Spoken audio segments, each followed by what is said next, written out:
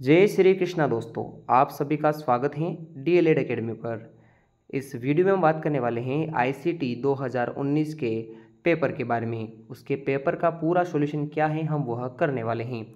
प्रश्न संख्या 1, 2, 3, 4 जो एमसीक्यूज थे वो हम पहले ही एक वीडियो में डिस्कस कर चुके हैं। तो प्रश्न संख्या 5 से हम इनके उत्तर जानेंगे। शुरुआत करते हैं आज के हमारे पहले प्रश्न से। पहला प्रश्न है कि जो कंप्यूटर में बैकअप होता है या जो आपके मोबाइल में जो बैकअप होता है वह क्यों किया जाता है, उसके उद्देश्य क्या हैं। तो आपको याद रखना है कि निकट भविष्य में यदि आपका मूल डाटा डिलीट हो जाता है तो उस कंडीशन में आपका बैकअप काम में आता है। और जो साइबर हमले होते हैं, जो कंप्यूटर आधारित हमले होते हैं जिन पे डाटा चुरा लिया जाता है या हमारा कभी कभी उपकरण यानी जो हमारा मशीन है जिसको हम यूज़ कर रहे हैं वो ख़राब हो जाए तो भी बैकअप में हमारा डाटा हम कहीं दूसरे उपकरण के अंदर भी यूज़ कर सकते हैं। तो इस उद्देश्य से हम प्रयोग करते हैं बैकअप का। अब हम अगले प्रश्न की ओर चलते हैं। अगला प्रश्न हमारा है कि ईमेल का पूरा नाम क्या है और ईमेल क्या है। तो प्रश्न तो ईमेल क्या है आपको इतना सा बताना है, किंतु हम इसको इस प्रकार से लिखेंगे कि ईमेल का पूरा नाम होता है इलेक्ट्रॉनिक मेल, और इंटरनेट के माध्यम से ऑनलाइन डाक भेजनी हो तो हम ईमेल का प्रयोग करते हैं। एक समय में एक से अधिक व्यक्तियों तक हम पत्र को, डाक को या किसी भी सूचना को ईमेल के माध्यम से तुरंत भेज सकते हैं। यानी सबसे तीव्र गति का आपकी यह एक स्थान से दूसरे स्थान पे जाने वाला सूचना का माध्यम है। यानी विश्व के सभी जगह पर ईमेल का प्रयोग किया जाता है। फिर अगला प्रश्न था कि संप्रेषण के कितने प्रकार होते हैं, उनके नाम लिखिए। तो इस प्रश्न का आपको जवाब लिखना है कि संप्रेषण दो प्रकार का होता है। पहला हमारा संप्रेषण का प्रकार है शाब्दिक संप्रेषण, जिसमें हम लिखकर या मौखिक रूप से या मौखिक माध्यम से बात करते हैं या सूचनाओं का आदान प्रदान करते हैं। दूसरा हमारा है अशाब्दिक संप्रेषण, जिसमें हम हाव भाव, मुख की मुद्रा, संकेतों के माध्यम से सूचनाओं का आदान प्रदान करते हैं। तो यह संप्रेषण के दो प्रकार हो चुके हैं। बढ़ते हैं अगले प्रश्न की ओर। अगला प्रश्न हमारा है कि दल शिक्षण किसे कहते हैं। तो दल शिक्षण जो है ऐसा शिक्षण होता है जब दो या दो से अधिक शिक्षक मिलकर शिक्षण करवाते हैं तो यह दल शिक्षण है। और इससे शिक्षण में सुधार भी होता है और गुणात्मकता में यानी क्वालिटीज़ में जो है वृद्धि होती है, क्वालिटी इंक्रीज होती है टीचिंग की। तो यह दल शिक्षण हो गया है। अब हमारे सामने अगला प्रश्न है कि श्रवण निरोगिता दूर करने वाले 4 उपकरणों के नाम लिखिए। ये हम आपको पुराने पेपरों में बता चुके हैं, जो 2015 से लेके 2018 तक के किए, उसमें इन सभी चीज़ों के बारे में बताया था। एक बार फिर बता देते हैं। Hearing aid, infrared, smart board और आई कम्युनिकेटर, यह ऐसे व्यक्तियों के लिए लगाने वाले उपकरण या मशीनें हैं जिनको कम सुनाई देता है या जो सुन नहीं पाते हैं, ऐसे बच्चों के लिए श्रवण निरोगिता दूर करने वाले उपकरण हैं। बढ़ते हैं अगले प्रश्न की ओर। और अगला प्रश्न है कि डेटा किसे कहा जाता है। व्हाट इज डेटा, आंकड़े क्या हैं या डेटा किसे कहा जाता है। तो कंप्यूटर अथवा कोई भी इलेक्ट्रॉनिक उपकरण हो उस पर उपलब्ध यूज़र का जो जानकारी है, यूज़र की जो जानकारी होती है जो किसी कंप्यूटर या उपकरण के अंदर हैं, वही डेटा या आंकड़ा या आंकड़े कहलाते हैं। अब हम अगले प्रश्न की ओर बढ़ते हैं। प्रश्न है कि रेखीय अभिक्रमित अनुदेशन की दो विशेषताएं लिखिए। अब रेखीय अभिक्रमित अनुदेशन विधि के बारे में आपको मैंने बताया था, बीएफ स्किनर ने यह दी है। दूरस्थ शिक्षा के लिए यानी घर बैठे शिक्षा प्राप्त होगी। इसमें डेटा को टुकड़ों के रूप में भेजा जाता है यानी फ्रेम्स के रूप में भेजा जाता है।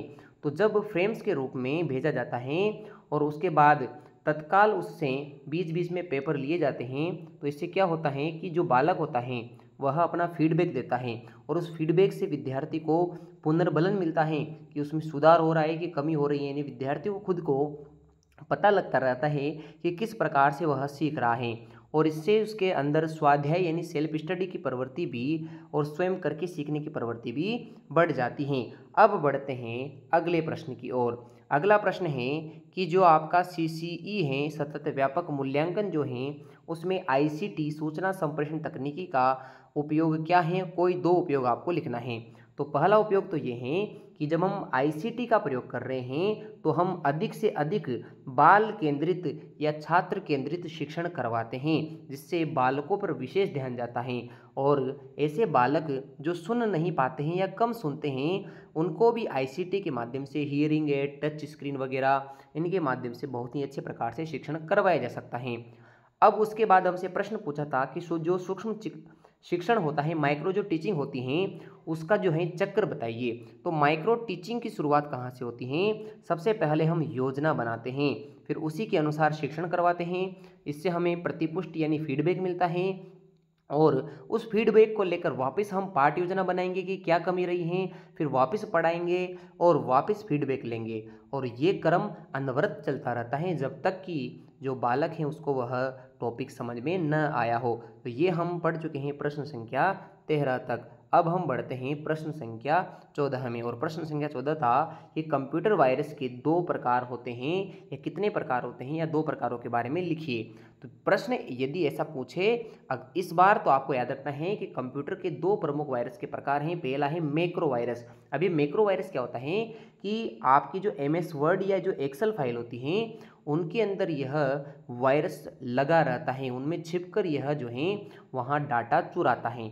दूसरा है फाइल वायरस, यानी फाइल वायरस क्या करता है कि किसी फाइल के साथ अटैच होकर यह जो है आपके मोबाइल या आपके कंप्यूटर में आ जाता है और डेटा को करप्ट करता है, डेटा को अफेक्ट करता है, प्रभावित करता है। फिर उसके बाद अगले प्रश्न में कुछ आपको फुल फॉर्म्स बतानी थी, जैसे रैम, रोम और OMRS की, तो हमने वह आपके लिए बताई है, तो आप इसे अच्छे प्रकार से लिख सकते हैं। रैम का फुल फॉर्म होता है रैंडम एक्सेस या एक्सेस मेमोरी, और रोम का फुल फॉर्म होता है रीड ओनली मेमोरी, और OMRS का मतलब होता है ऑप्टिकल मार्क रिकॉग्नाइजेशन सीट, यानी OMR की जो सीट आती हैं उसका पूरा नाम है ऑप्टिकल मार्क रिकॉग्नाइजेशन शीट। तो यह आपका फुल फॉर्म वाला प्रश्न भी हो चुका है। अब हम आते हैं अगली स्लाइड पर। अगली स्लाइड में हमारा प्रश्न था कि संकल्पना मानचित्र क्या होता है, यह किस प्रकार से काम या उपयोग में आता है। तो जो संकल्पना मानचित्र हैं सूचना के दृश्य प्रतिनिधित्व हैं, यानी जो सूचना होती है, जो इन्फॉर्मेशन है उसको हम विजुअल रूप से यानी कि फोटोज़ या फ्रेम्स के रूप में देख के समझते हैं, जिससे हम विचार या जो अवधारणाएं, जो कॉन्सेप्ट हम सिखाना चाहते हैं उनके बीच रिलेशन स्थापित होता है, उनके बीच में संबंध स्थापित होता है। जब हम संकल्पना मानचित्र के अंदर विभिन्न आकृतियों और रेखाओं का उपयोग करते हैं तो इससे समझाने में और समझने में आसानी होती है और ज्ञान को सही तरीके से, सही ढंग से प्रस्तुत किया जा सकता है। तो संकल्पना मानचित्र यह होता है। आगे प्रश्न था कि जो शिक्षक वीडियो स्क्रिप्ट का प्रयोग करते हैं उसकी चक्रीय प्रक्रिया क्या है। तो उसकी चक्रीय प्रक्रिया में सबसे पहले हमें कार्यक्रम के आवश्यक उद्देश्यों की पहचान करनी है और विषय वस्तु को चयन करना है और शोध करके हमें रखना है। फिर उसके बाद संसाधनों की विषय वस्तु से मिलान करनी है, जो हमारे पास संसाधन हैं उनकी विषय वस्तु से मिलान करना है। फिर उसके बाद हम स्टोरी बोर्ड पे जाएंगे और कार्यक्रम की संरचना को डिसाइड करेंगे, फिर कार्यक्रम बनाएंगे, फिर उसको प्रसारित करेंगे और लास्ट में हम मूल्यांकन करेंगे। तो सबसे पहले हमें कार्यक्रम के लिए उद्देश्य चूज करना है, फिर उपलब्ध संसाधनों से उनकी जाँच करनी है, कार्यक्रम की संरचना स्टोरी बोर्ड बनाना है, कार्यक्रम निर्माण होगा, फिर प्रसारित होगा और अंत में मूल्यांकन होगा। तो यह क्रम भी चलता रहता है। तो ये हम सीख चुके हैं प्रश्न संख्या 18 तक। प्रश्न संख्या 19 में हमसे पूछा गया कि बताइए हाइपरलिंक का प्रयोग कब होता है। तो हाइपरलिंक का प्रयोग कोई भी 2 या 2 से अधिक दस्तावेज के बीच संबंध बनाने या एक ही दस्तावेज के विभिन्न पेजों के बीच में संबंध बताने के लिए होता है। फिर उसके बाद हमसे पूछा गया कि शब्द संसाधन वर्ड प्रोसेसर के 3 फायदे क्या हैं। तो सबसे पहला फायदा तो ये है कि जो वर्तनी है, जो हम स्पेलिंग मिस्टेक करते हैं उसकी शुद्धता यहाँ ऑटोमेटिक जांच हो जाती हैं, गलती के नीचे अंडरलाइन लाल कलर से आ जाती हैं। वर्ड प्रोसेसर डेटा को चेंज करने का ऑप्शन देता है, जिसकी वजह से कोई गलती हो तो उसको सुधारा जा सकता है। इसके अंदर जो डेटा बनाया जाता है इसकी कितनी भी कॉपीज़ बनाई जा सकती है, ताकि भविष्य में यदि आपका डाटा वायरस से या किसी भी उपकरण खराबी से खराब हो जाता है तो उसको वापस आप प्राप्त कर सकते हो। तो यह शब्द संसाधन के आपके उपयोग हैं। अब हम शब्द संसाधन के बाद अगले प्रश्न पे चलते हैं। अगला प्रश्न है कि वर्कबुक को सुरक्षित किस प्रकार से किया जाता है, इसकी प्रक्रिया लिखे। तो वर्कबुक को सुरक्षित करने के लिए सबसे पहले हमें सेव वाले ऑप्शन पे क्लिक करना है। उसके बाद हमें वहाँ पासवर्ड प्रोटेक्शन का एक आपको देखने को मिलेगा ऑप्शन, और उस ऑप्शन पे पासवर्ड लगाएंगे ताकि अगली बार जब हम उस फाइल को ओपन करें तो किसी घुसपैठी यानी कि दूसरे व्यक्तियों से और वायरस से उस डेटा को सुरक्षित बचाया जा सके। फिर अगले प्रश्न की ओर बढ़ते हैं। अगला प्रश्न हमसे पूछा गया प्रश्न संख्या 21 कि यूआरएल क्या है और इस यूआरएल के 4 घटक कौन कौन से हैं। तो यूआरएल का फुल फॉर्म होता है यूनिफॉर्म रिसोर्स लोकेटर। क्या है? Uniform resource locator. और इंटरनेट के ऊपर जो भी संसाधन या भी जो भी जानकारी उपलब्ध हैं वहाँ तक आपको यह पहुँचाता है, वहाँ का पता आपको देता है, यानी हम इसे वेब एड्रेस भी कह सकते हैं। और इसके 4 भाग हैं, जिनमें से सबसे पहला है प्रोटोकॉल आइडेंटिफायर, यानी कि आपको HTTP लगाना है, HTTP hyper text transfer protocol. उसके अलावा आपको कार्य क्षेत्र पे आना है, जिसे हम वेबसाइट, लोकल नेटवर्क या फिर इंटरनेट, यानी कि आपकी जो वेबसाइट है, कार्य क्षेत्र का मतलब जिस पे आपको काम करना है। तो आपको किसी वेबसाइट पे काम करना है, आपको इंटरनेट पे आकर, या तो वो इंटरनेट सेल्फ इंटरनेट हो या फिर आपका लोकल इंटरनेट हो उसके जरिए। फिर आता है वेबसाइट का रजिस्टर्ड नाम, कि किस नाम से वेबसाइट है, याहू, गूगल और बहुत सारे माध्यम हो सकते हैं। लास्ट में वेबसाइट का एक्सटेंशन आता है, जैसे .com पीछे लगाए तो कॉमर्शियल हैं, .org ऑर्गेनाइजेशन किसी संस्था से जुड़ी हुई हैं, .net .in इस प्रकार से एक्सटेंशन लास्ट में देखने को मिलता है। तो यह यूआरएल के 4 भाग हो चुके हैं। अब हम अगले 2 प्रश्नों की ओर बढ़ते हैं। हमारा सेकंड लास्ट क्वेश्चन है कि शैक्षिक तकनीकी के 3 उपागम कौन कौन से हैं। तो सबसे पहला जो उपागम है उसे हार्डवेयर अप्रोच यानी कठोर शिल्प उपागम कहते हैं। और इस हार्डवेयर अप्रोच का सामान्य उपनाम है श्रव्य दृश्य सामग्री या मशीन प्रणाली या शिक्षा में तकनीकी। जब हम शिक्षा एजुकेशन के अंदर टेक्नोलॉजी का यूज़ करते हैं तो वो हार्डवेयर अप्रोच हैं, जहाँ हमें श्रव्य दृश्य सामग्री जैसे कि टेप रिकॉर्डर, प्रोजेक्टर, कंप्यूटर आदि का प्रयोग करना है।